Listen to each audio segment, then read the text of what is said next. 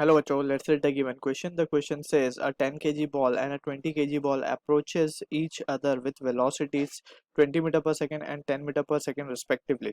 What are their velocities after collision if the collision is perfectly elastic?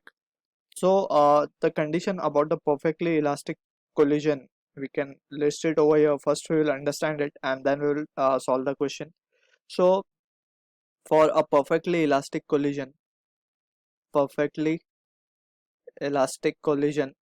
we know कि momentum remains conserved, right. जब भी कोई दो bodies let's say moving, एक body move कर रही है u1 वेलोसिटी से एंड दूसरी is moving with u2 and obviously u1 should be greater than u2 जब भी कोलिजन होगा. So when they collide, so some deformation of the particle take place. So this is what the deformation stage is. Deformation के बाद reformation of the particle against take place and they starts moving with the different velocities, let's say v1 and v2. ठीक है. So during this scenario, यहाँ से यहाँ तक के जो फेज है, in this phase we can say momentum remains conserved. ठीक. दैट इज क्योंकि net force on the system is zero, therefore we can say p final is equals to p initial.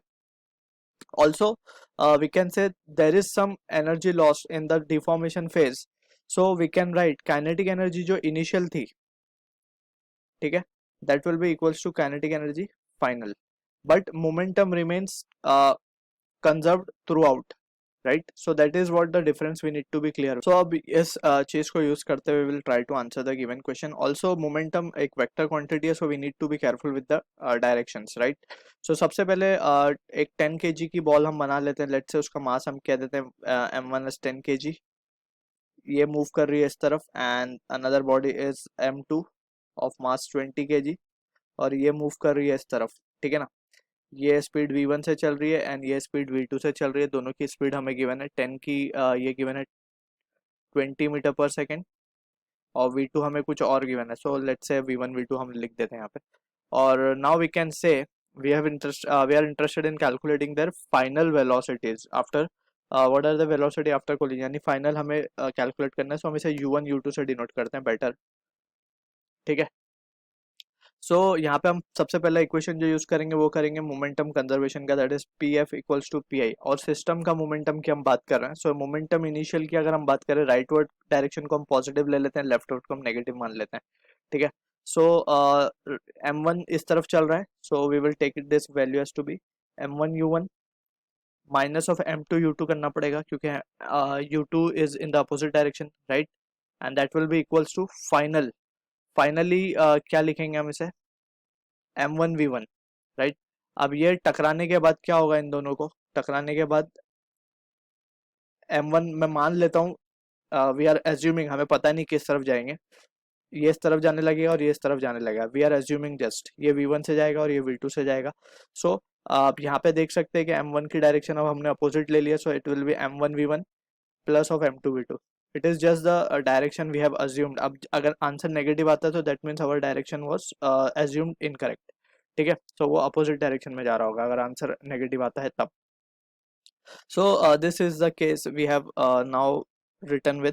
अब इसको यहाँ पे अगर हम वैल्यू सब्सटीट्यूट कर दे तो हमारे पास क्या आएगा, m1 हमें गिवन है 10 kg और u1 गिवन है 20. सो 10 इंटू 20 माइनस ऑफ ये क्या वैल्यू आ रही है हमारे पास, 10 इंटू 20 आ रही है ये भी, सॉरी, हाँ yes, 10 into 20 and that will be equals to m1 हमारे पास गिवन है माइनस ऑफ 10 v1 लिखेंगे हम और प्लस ऑफ 20 v2. ठीक है. तो यहाँ से हम देख सकते हैं जो रिजल्ट आएगा हमारे पास, अगर हम यहाँ से 10 भी डिवाइड कर दें both side, so it can be written as 2v2 will be equals to v1. so this is, let's say, our expression number 1. अब बात करते हैं second expression that we can use is kinetic energy is equals to kinetic energy final, right. So इस expression में हम क्या लिख सकते हैं, we can write this value as to be kinetic energy initial की बात करें तो हाफ m1 u1 का square plus half m2 u2 का square is equals to half m1 v1 का square plus half m2 v2 का square, right. अब यहाँ से since we don't have to consider the direction because ये kinetic energy is a scalar quantity, right. So यहाँ पे just we will substitute the values over here.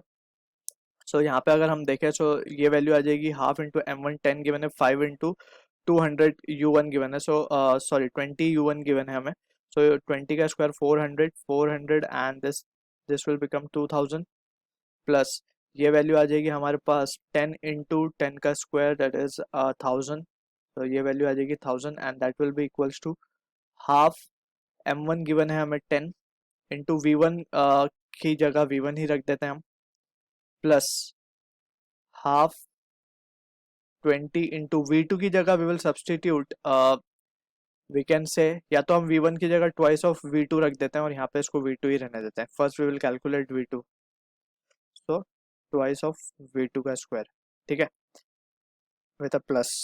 अब यहाँ पे इसको अगर हम सॉल्व करें so we can say this value can be written as 3000 will be equals to, ये आ जाएगा हमारे पास 5 into 4 20 V2 square plus of ये आ जाएगा हमारे पास 10 V2 स्क्वायर, यानी कि 30 V2 स्क्वायर हो रहा है, तो यहाँ से V2 की वैल्यू क्या आ जाएगी हमारे पास 100 का root that is 10 metre per second, right, 10 metre per second V2 आ रहा है, देयरफॉर हम क्या कह सकते हैं V1 क्या हो जाएगा हमारा twice of it, so 20 meter per second, और ये हम देख सकते हैं clearly the answer is coming out to be positive, so जो डायरेक्शन हमने कंसिडर की थी that is correct. So I hope you understood the solution, all the best.